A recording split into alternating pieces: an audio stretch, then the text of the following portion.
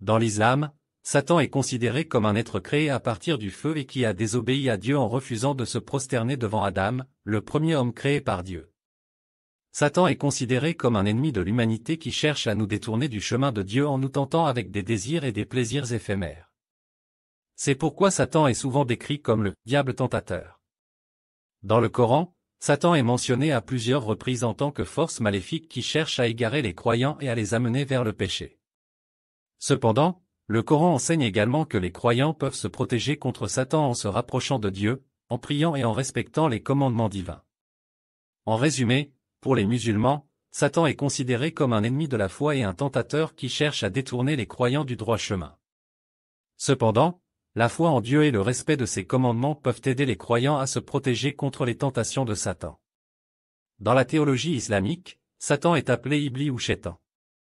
Selon la tradition musulmane, Iblis était un djinn, un être créé à partir du feu, qui avait atteint un niveau élevé de piété et de connaissance spirituelle avant de tomber en disgrâce en désobéissant à Dieu.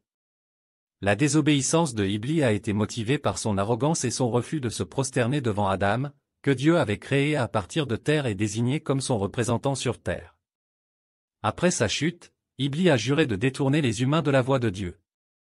Il est considéré comme l'adversaire de l'humanité et est souvent décrit comme un être sournois qui cherche à semer la discorde et la confusion. Dans le Coran, Satan est décrit comme le maudit et le trompeur. Il est également décrit comme l'ennemi de Dieu et de ses croyants. Les croyants sont exhortés à se protéger contre les tentations de Satan en se rapprochant de Dieu et en suivant ses commandements. La prière, la lecture du Coran et l'observation des rituels religieux sont considérés comme des moyens efficaces de se protéger contre les influences maléfiques de Satan.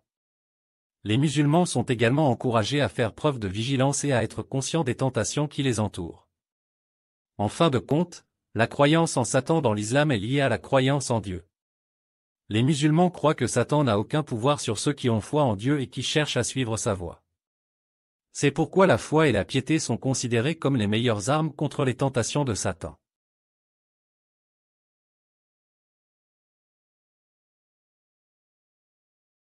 Dans l'islam, Satan est considéré